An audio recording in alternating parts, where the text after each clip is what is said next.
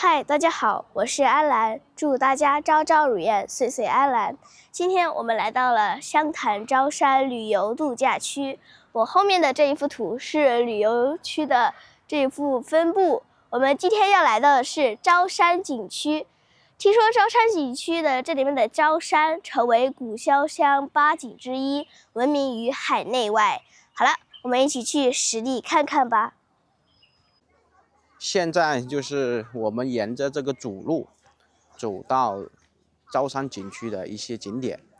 现在在我的左手边呢，有一个石碑，上面写的是招山风景名胜区国家级4A 风景名胜区旅游景区。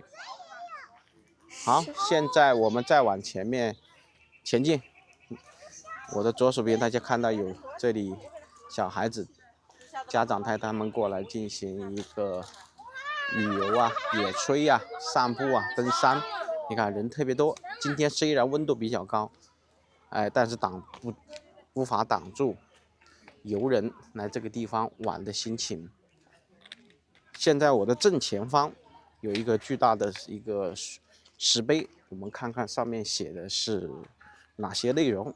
我们走进去看一下。千万年来，招山脚下有深潭。郦道元水晶柱湘水篇记载：湘水北经招山西，山下有悬泉，深不可测，故言招潭无敌也，亦谓之湘洲潭。湘潭相交千里南来。好，我们就不念了。上面就是关于这个招山景区里面的这个潭水的一个介绍。在上面你看，村民纷纷传说，在招潭深处有暗河可直通邓底，并藏匿一条巨龙，屡屡趁月色伤人。唐朝刘禹锡有诗云：有时明月无人夜，独向招潭自恶龙。好，我们现在去下面的景区看看。刚刚走在这个大路上的时候，我们有看到这里有一个亭子，看到有人在这里取泉水，我们进去看一看。很多邻居啊，周边的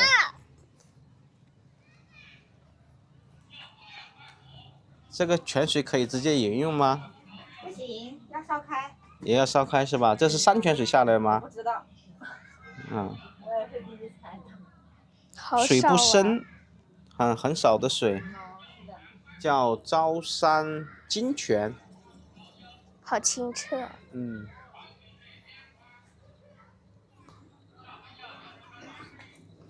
好，我们继续往前走，看看。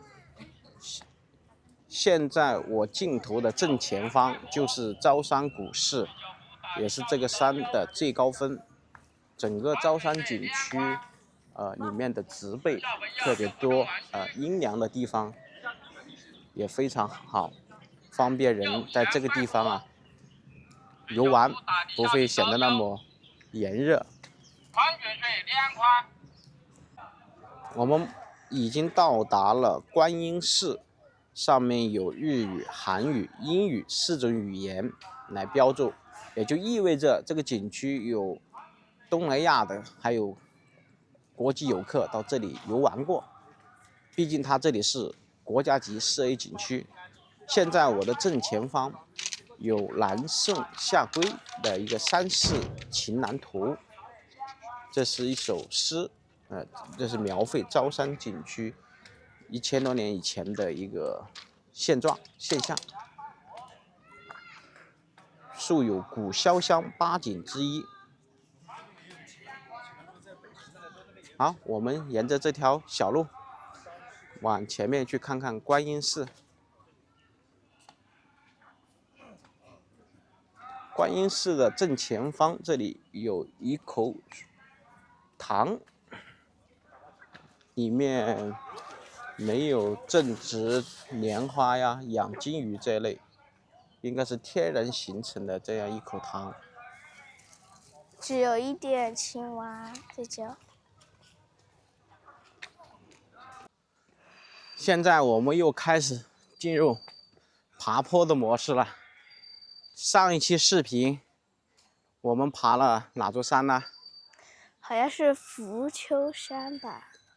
对了，上次我们去了湖南桃江县爬浮丘山，这次又要上坡呀，整整爬了接近2个半小时，跟这个坡度有的一拼。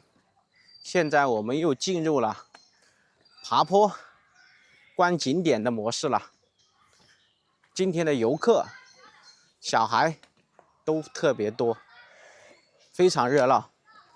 但是这个昭山景区比浮丘山景区有个不同的特点，就是整个昭山景区它左右两侧都是玉树成荫，非常的凉爽。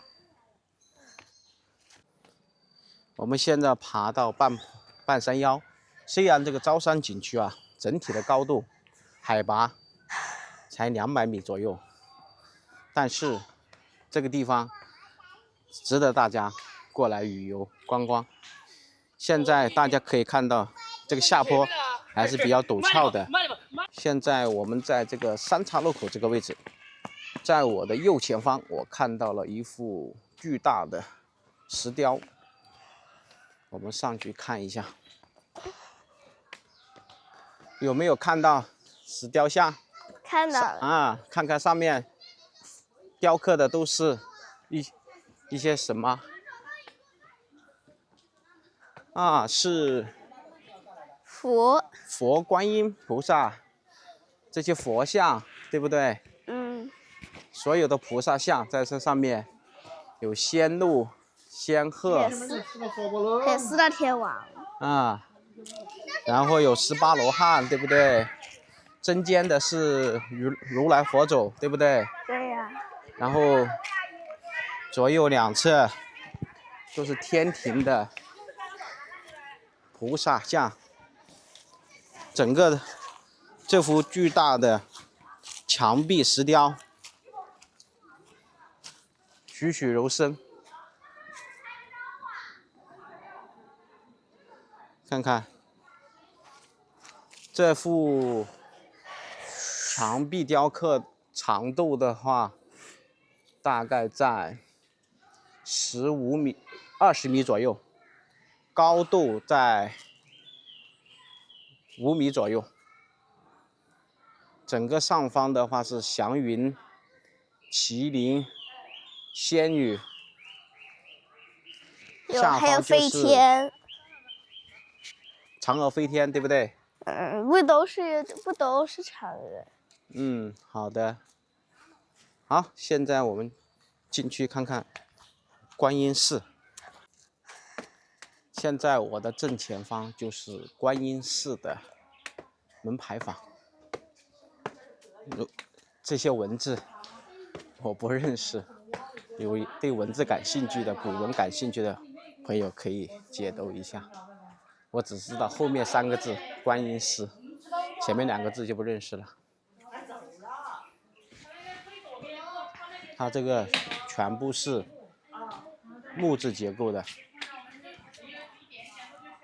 我现在的镜头正前方有一个古老的针，看到了吗？看了。安澜，这里还有大鼓啊，也就是观音殿的左右两侧都有，右手边是一口钟，左手边是一面鼓，对不对？嗯。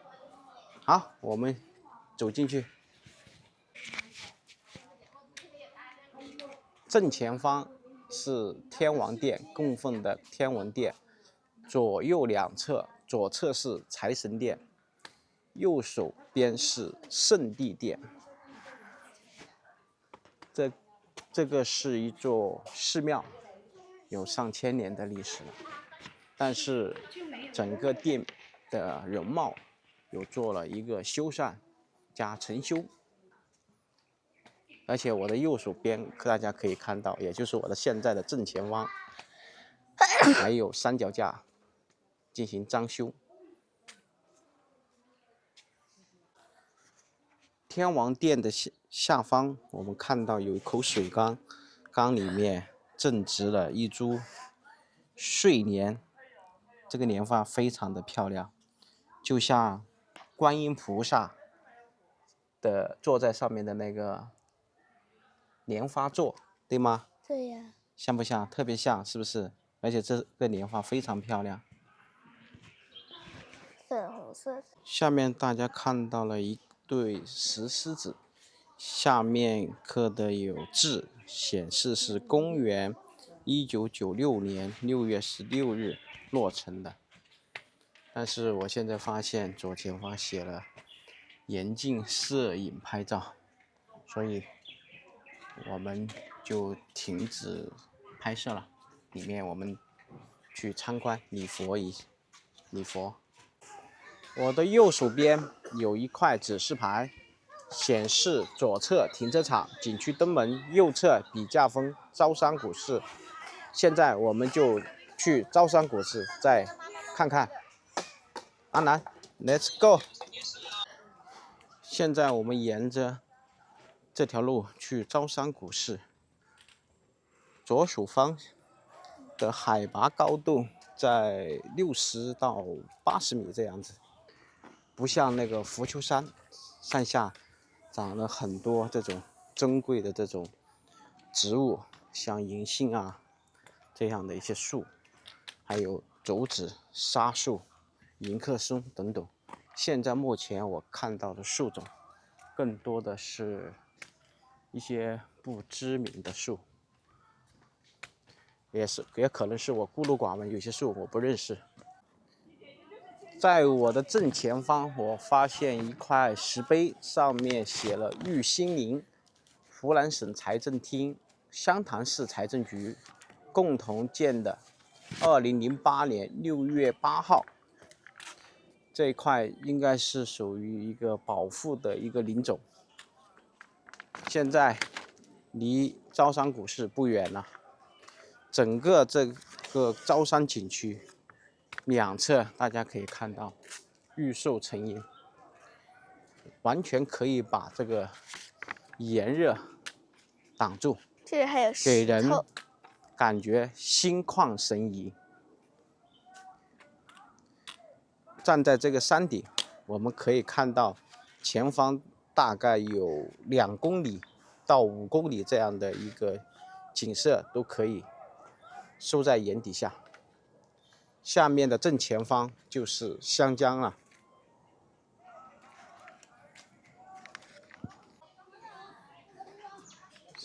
现在到了一个丁字路口，上面指示牌提示右前方去招商股市，我的右手边是去笔架峰，而且每一块指示牌上面都有4种文字来进行描述，英语、日文、韩语、中文，所以到这边来游客的朋友不会迷路。关于笔架峰这边有一个详细的介绍。笔架峰是整个招商风景区的最高处，海拔是185.2米。因举峰突起，3峰相连，酷似笔架，再加上招山人文鼎盛，所以故名笔架峰。仍然有4种文字来描述笔架峰的一些详情。好，现在我们沿着左手边去登上招商风景区的最高处。虽然整个笔架山高度不够，但是这座山有非常多值得去探访的景点以及一些古迹。待会儿我们去探访另外3处古迹处。现在我们沿着这个林荫小道爬到招商风景区的最高主峰，也就是笔架峰。山顶上非常的凉爽，没有让人感觉到那种炎热的气息。这种声音。然后这个林子里面有一种不知名的叫声，不知道是鸟类还是禽类发出来的声音，好像是哎呀哎呀的叫一样。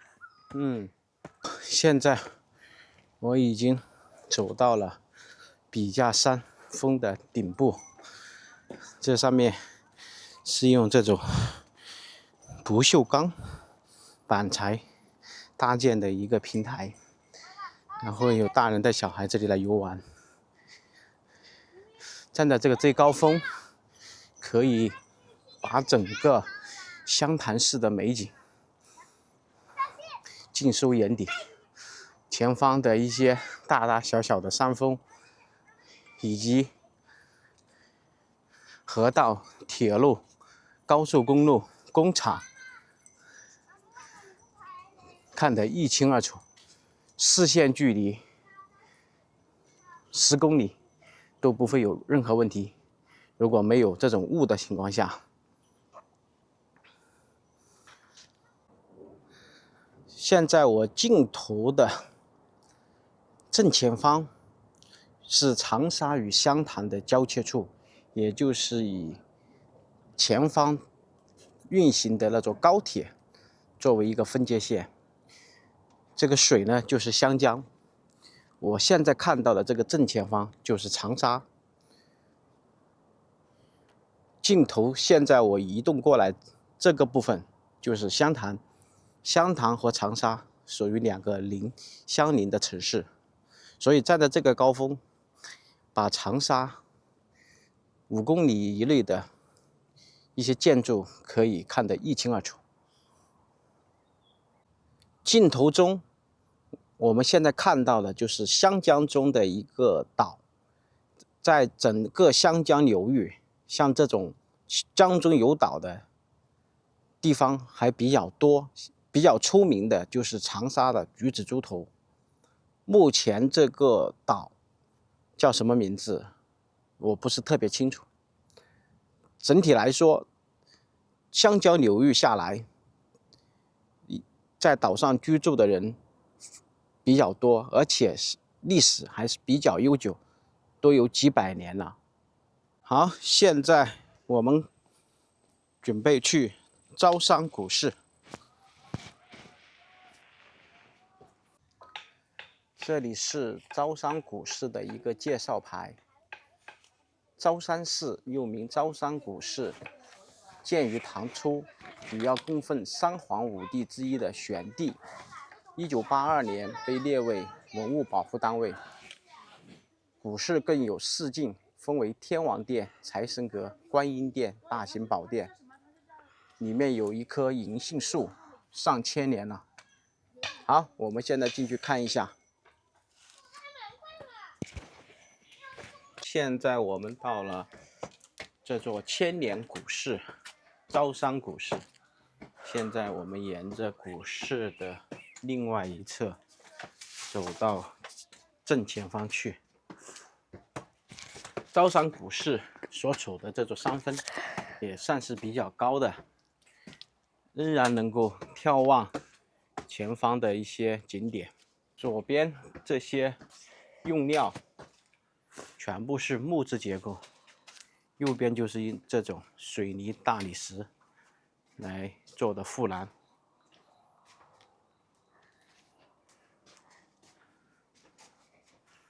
这座古室非常安静。现在我们走在这座古室的后面一侧，不知道有没有走错路。而且像这些古树啊、寺庙也是比较多的，对比我们上次去桃江县的那些古树还是要少很多。桃江县的福丘山寺里面的古树有几十棵，2419年的古银杏，1000多年的树特别多，还有其他一些树种。这座古室呢，也有一棵千年银杏树，待会儿我们看一看。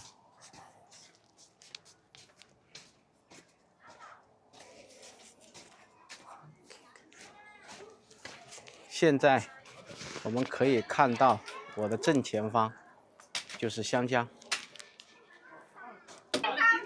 好，现在我们走到了昭山古寺的前屏，这里有一个望远镜，需要扫码付款才能观景，可以观看应该不少于5公里这样的一个景色。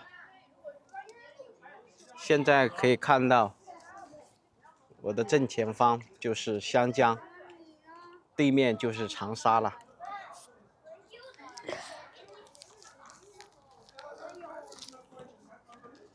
在1000年以前，这座寺庙可以俯瞰整个江面的美景，选址是非常好的一个山峰。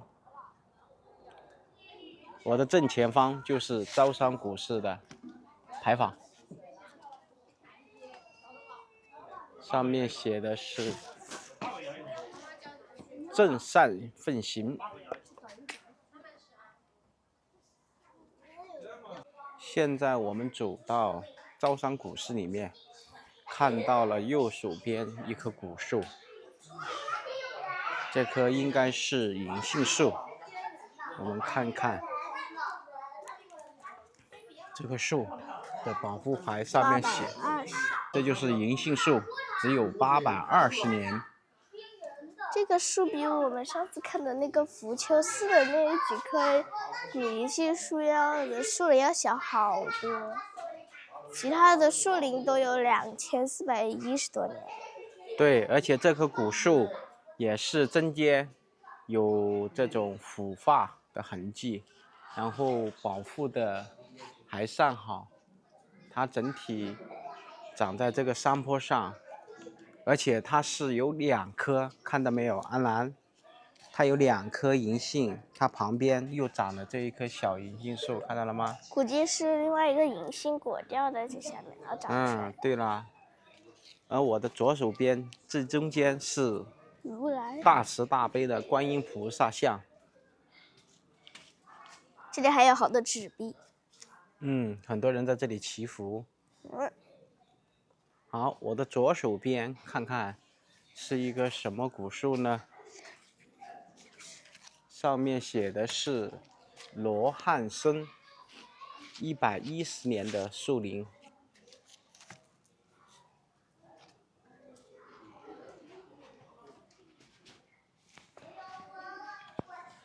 我的正前方就是招商股市的大型宝殿，这里有一个朝阳寺介绍，上面写的是唐代时叫昭山禅寺，宋代叫朝阳殿，明清时叫昭山观。这是对昭山寺历史的一个介绍。朝阳寺为湘潭市市级文物保护单位，2014年立的，里面有天王殿、地藏殿、观音殿、大型宝殿。目前保存下来的朝阳寺的建筑是清代。现在我们沿着台阶去找找关于招商股市的一些详细介绍。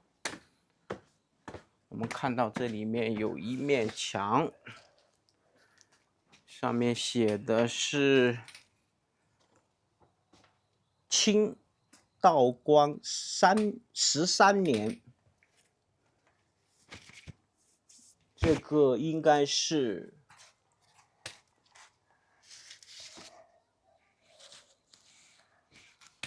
功德碑，上面有捐赠的银两吗？我看看。哦，我说错了，这个不是，是关于道光年间这些弘扬佛法的时候的一些记载。右手边这个是道光12年秋月住持建中立，这边的文字非常清晰可见。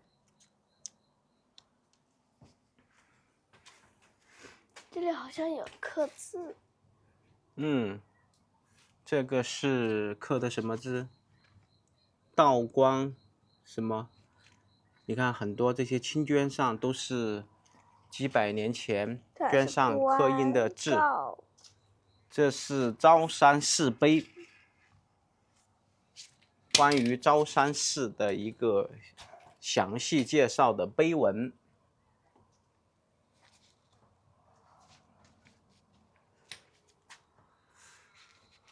时间是中华民国29年真相立的，关于这座招商寺介绍。现在我们走到这个墙面的另外一侧，看看上面写的是陈修招山寺碑记。目前这个招山寺经历过多次毁，然后又重修，目前保存下来的建筑是清代时候的建筑，在原有基础上进行了一些修缮。现在沿着道路的另外一侧去看看其他的一些古遗迹、古建筑。现在我镜头的正前方是一块无法看清字迹的古老石碑，而且是汉白玉的，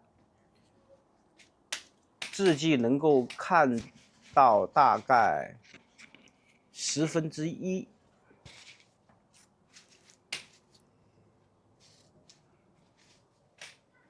右手边是一块完全看不清字迹的石碑，也是汉白玉雕刻的。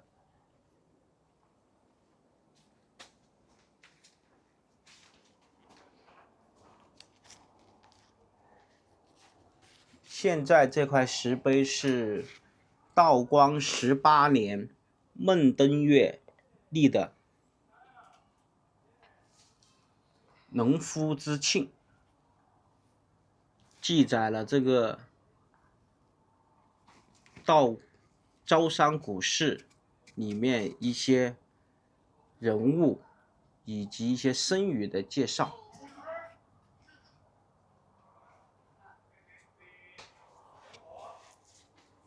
另外两侧有看到更大的2块碑文，我近距离看看。这是万古流荒，这个应该是功德碑，这是圣朝年间的一块功德碑。圣朝，那么距今的话就有1000多年历史了。上面看不太清一些字迹。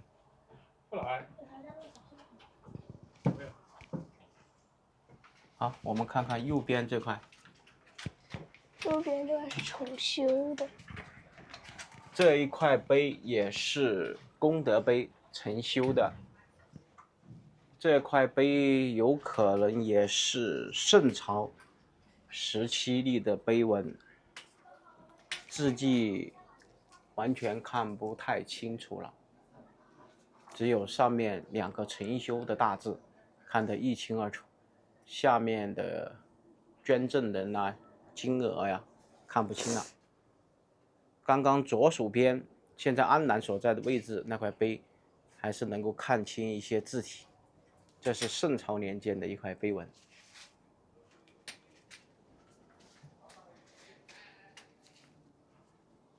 然后2块碑的正前方，也就是我镜头的前方，有一棵百年古树，叫朴树，120年了。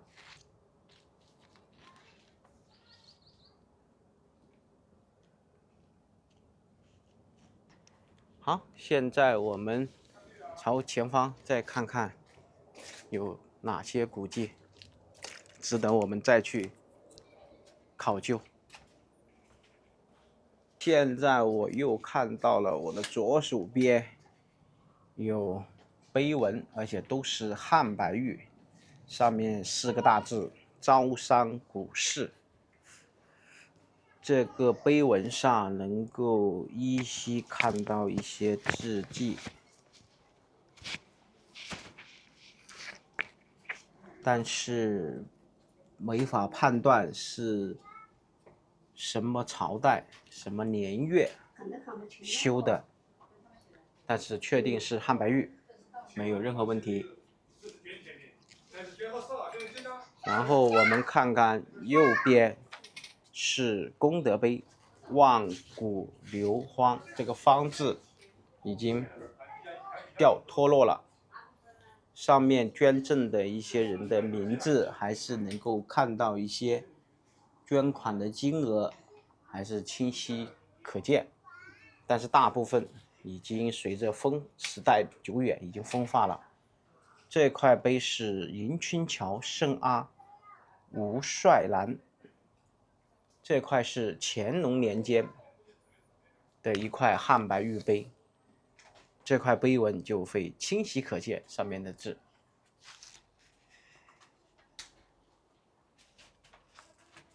重修。右手边是盛世重修的一块碑，也是一块汉白玉碑，是道光20年修的，上面捐款的金额清晰可见，比如捐款银元、捐粮、捐钱。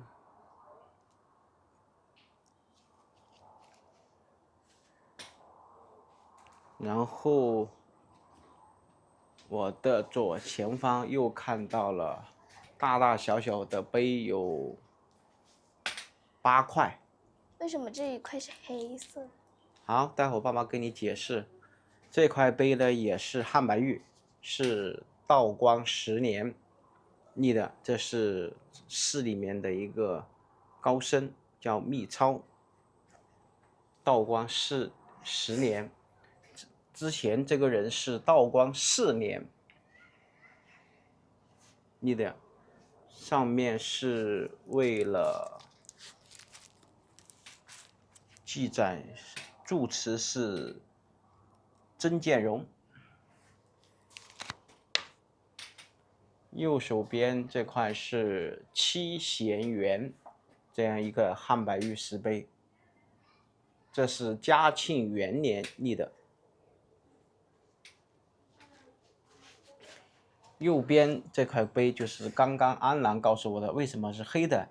因为碑它可以用汉白玉，可以用普通的石头，可以用麻石，可以用不同的材料来制作碑。但是汉白玉是所有碑文里面最贵的一个玉种，明白吗？这是汉白玉，这是普通的一块石料立的一个碑，也是一个功德碑，叫万古流芳，是康熙40年立的一块碑。这里也是万古流芳。对，这个也是一个功德碑，这个碑文就完全看不见了，不知道是哪朝哪个年代哪位皇帝时期立的。这个碑文就只有半截了，上面一截已经脱掉了，看不到了，但是上面的字迹清晰可见。现在镜头这块碑的话是麻石，里面的字迹看不清了。右边这块也是盛世承修碑，道光6年捐赠的一个碑文，好白呀！总共捐银20两，龙虎2皇捐银20两，这是道光6年的，这是盛世家族捐的一个功德碑。然后这块碑是道光7年一个碑文，上面是菩萨位。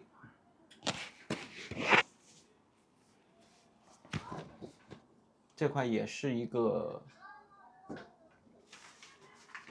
功德碑。右手边这块碑文是残缺了，看不太清了，不知道是哪朝哪年哪月的。这个是个汉白玉的，已经断开了，上半部分没法显示。这一块汉白玉的话会比较厚，上面写的是哪个朝哪年可看不清。这块碑文也同样是功德碑，以前捐赠的，仍然是汉白玉的一个石料。所以整个这个千年古刹招商古寺印的这种汉白玉石碑印的会比较多，这是我探访很多地方以来看到印的汉白玉石碑印的最多的一个寺庙，而且古迹也是非常多的用的汉白玉，总共下来有接近16块左右，接近12块是汉白玉，只有2块是麻石，1块用的是普通石料，其他全部是汉白玉的。下一站我们去将军洞，我们刚刚在招商古寺停留的时间稍微多了一点点。好，现在安澜，我们去将军洞，然后再去看其他几座历史古迹。刚刚我们准备去将军洞，走了大概有50米，前面有一个提示牌，告知游客，如果去将军洞的话，因为江边栈道塌方，到时候你参观完将军洞，需要沿着这个古登道原路返回来，又要重新爬坡爬到这个古昭山寺，然后从古昭山寺的另外一侧下到其他景点才行。哇，好麻烦！现在镜头中的这些麻石路啊，都是宋朝到宋明清这样一个朝代修筑的一个登山道。如果只是普通的去观看这些麻石路啊，这些青石板路啊，非常普通，但是它的历史距今有接近上千年的历史了。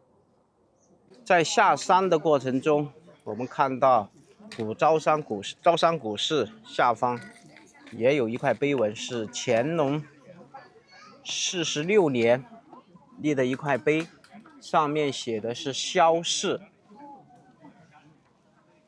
后面的字迹就看不太清了。距今有200-300年的历史了。现在这个坡度，我们再下山去看另外2个古迹，大家可以看到这个坡度有接近75度一样的坡度，上面来爬山看招山古寺的人络绎不绝。今天周末，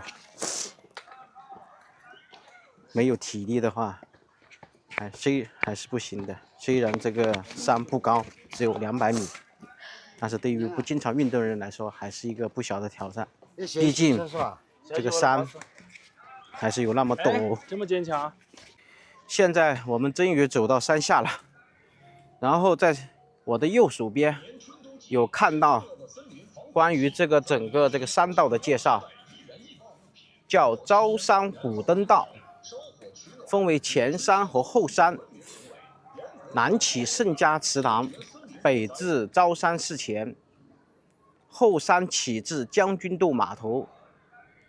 整个登山道的长度是1314.2米，由5300多块花岗岩铺成1947级的一个台阶，是省内保存最完好的古道。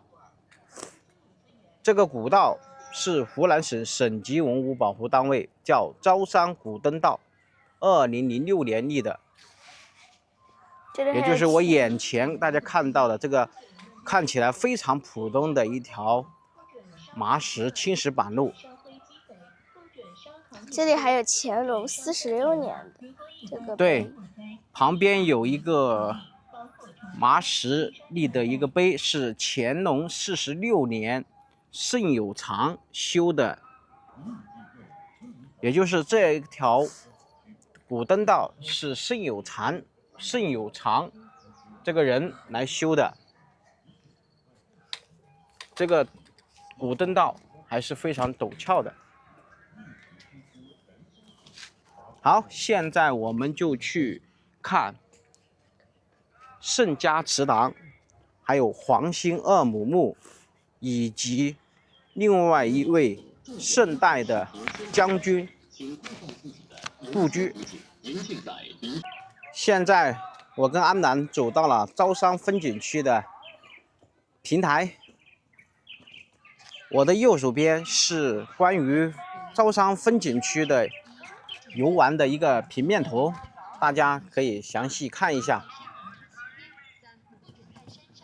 然后我的右手边，也就是我现在镜头的正前方，有指示牌显示可以沿着指示牌去招山古寺。指示牌上有不同的文字做了标识，然后右手边指示牌显示去观音寺刘琦故居。今天我们拍摄的最后2站就是刘琦故居以及我镜头前面的盛家祠堂。刚刚我在前面介绍的这个麻石路、青石路去招山古寺，就是由这家人来捐资兴建的。当然，修这条青石板麻石路不单单只是这个盛家这个家族出资的，还有周边的一些乡绅有钱人来捐资兴建。然后我有发现这条古登道左侧亦有4块麻石碑，上面有记载修建捐资人的一些姓名以及时间，上面有列出这是乾隆54年以及乾隆14年捐修的几块功德碑。我正前方这块功德碑上半部分已经坍塌了，只有下半部分能够清晰可见。好，现在我们去看刘琦故居。现在大家可以看到，这是刘琦故居，是一座诚心新建的一座故居。门框呢，全部是现代式的一种建筑，全部是木质材料，而且没有用一颗钉子，用的是钉铆技术。关于刘琦的生平事迹，这个牌子上面有做详细的介绍。刘琦生于公元1098年，逝世于1162年，为南宋4大抗金名将之一。这座刘琦故居约建于绍兴18年，也就是公元1148年。但是当时这个地方它只是一个茅草屋，正屋的话有7间。我的正前方是盛家祠堂。后期为了纪念刘琦，然后诚心当地湘潭市人民政府把这个茅草屋改扩建成现在这种景象。刘琦故居的大门上锁了，我们就没法进去。看到里面花草长得比较旺盛，估计再等个1年半载就会对外正式开放。好，现在我们去正前方的盛家祠堂去参观看一下。现在我走到了盛家祠堂的正前方，整个盛家祠堂全部是当地政府在他们原有的基础上进行的一个复建，而且复建的房屋全部上锁了，没有对外开放，完全仿照盛朝年代的那种建筑风格、建筑格局来进行的一个承建。我的左手边古登道就是盛家人发钱进行捐助修建，直到我正前方的招商股市。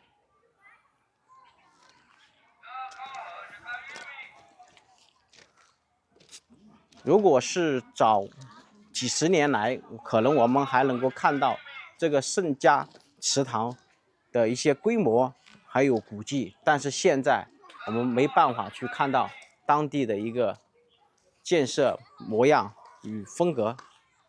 好，我们沿着这个屋的周围看看能不能发现一些历史痕迹。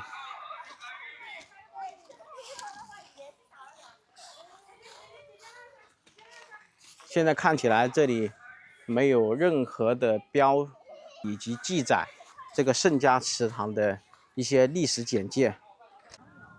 今天我们来到了国家4A 级招山风景区，我们沿着1000多年的古登道登上了山顶，看到了观音寺和千年和招山古寺，让我感受良多。非常高兴爸爸带我来参观这些名胜古迹。如果大家喜欢我的频道，欢迎订阅，这样大家就可以跟着我来看中国的山山水水、名胜古迹了。